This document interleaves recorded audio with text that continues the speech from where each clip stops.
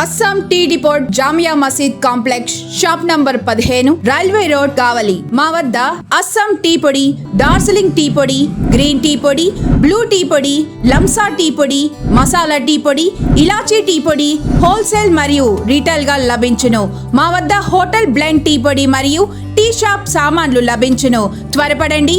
Assam tea depot Jamia Masjid complex shop number 15 railway road Kavali, Nellore జిల్లా. Proprietor Abid Khan. Cell number 9849640350. ముఖ్య గమనిక, CMD news సబ్స్క్రైబర్లకు special discount. Welcome to CMD news. నా పేరు కామాక్షి. ముందుగా నేటి వార్తా విశేషాలు. అక్రమ సంబంధం పెట్టుకుని భర్తను హత్య చేసిన కేసులో భార్య మరియు ఆమె ప్రియుడిని అరెస్టు చేసి రిమాండ్కు తరలిస్తున్నట్లు చిత్తూరు డీఎస్పీ సాయినాథ్ తెలిపారు.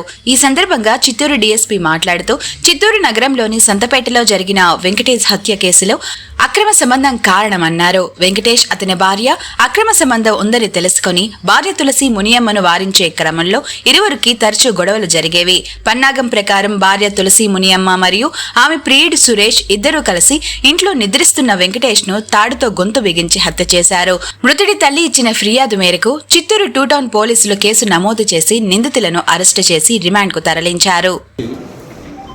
జి వెంకటేష్ ఇతను వృత్తిరీత్యా చికెన్ షాప్ టెంపో సంబంధించిన డ్రైవర్. ఇతనుకు 2 భార్యలు. మొదటి భార్య తర్వాత అతనికి సంతానం కలిగినందువలన ఇప్పుడు మీ ముందు అరెస్ట్ కాబడినటువంటి ఈమెను 2వ భార్యగా అతను తన డ్యూటీలో భాగంగా ఆమె పల్లిపట్టులో చూసి ఇష్టపడి మ్యారేజ్ చేసుకుంటాడు. ఈమెకి అతని ద్వారా 2 బిడ్డలు కూడా సంతానం కలుగుతుంది. కానీ అతను డ్యూటీకి పోయినప్పుడు అతను ఆమె పక్కన ఉన్నటువంటి సురేష్, ఇతను మామూలు మేస్త్రి పని చేసే జీవనం అదే ఏరియా సంతపేట పరిచయం అయిపోయింది.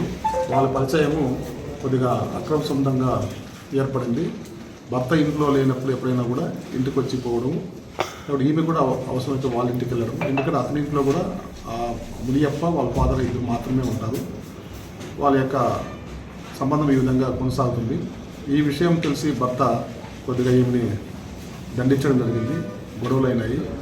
కాబట్టి మన కార్యక్రమాలకు ఇతను ఉంటే అడ్డంకి అని చెప్పి భావించి 6వ తారీఖు అతను డ్యూటీ నుంచి వచ్చి బాగా తాగి మైకులో ఉన్నప్పుడు ఇరువురు కలిసి తాడు ఈ ముందు తాళ్ళను వేసి చీరి ఒక సున్ని కూడా చుట్టి బాగా ఇద్దరు గొంతు బిగించి చంపేశారు. ఇనిషియల్గా మనకు అది ఇంట్లో జరిగినది కాబట్టి వాళ్ళ మదరు, నా కొడుకు మరణంపై నాకు అనుమానం ఉందని చెప్పేసి ఆయన మనకు రిపోర్ట్ ఇవ్వడం జరిగింది. 194 BNSS కింద మనం ఫస్ట్ కట్టినాము. తర్వాత PM ఎగ్జామినేషన్లో ఇది పక్కాగా ఉరి బిగించడం వల్ల కలిగినటువంటి మరణం అని డాక్టర్ గారు చెప్పినందువల్ల అప్పుడు మాకు కూడా కొద్దిగా సమాచారం అనుమానం ఉంది.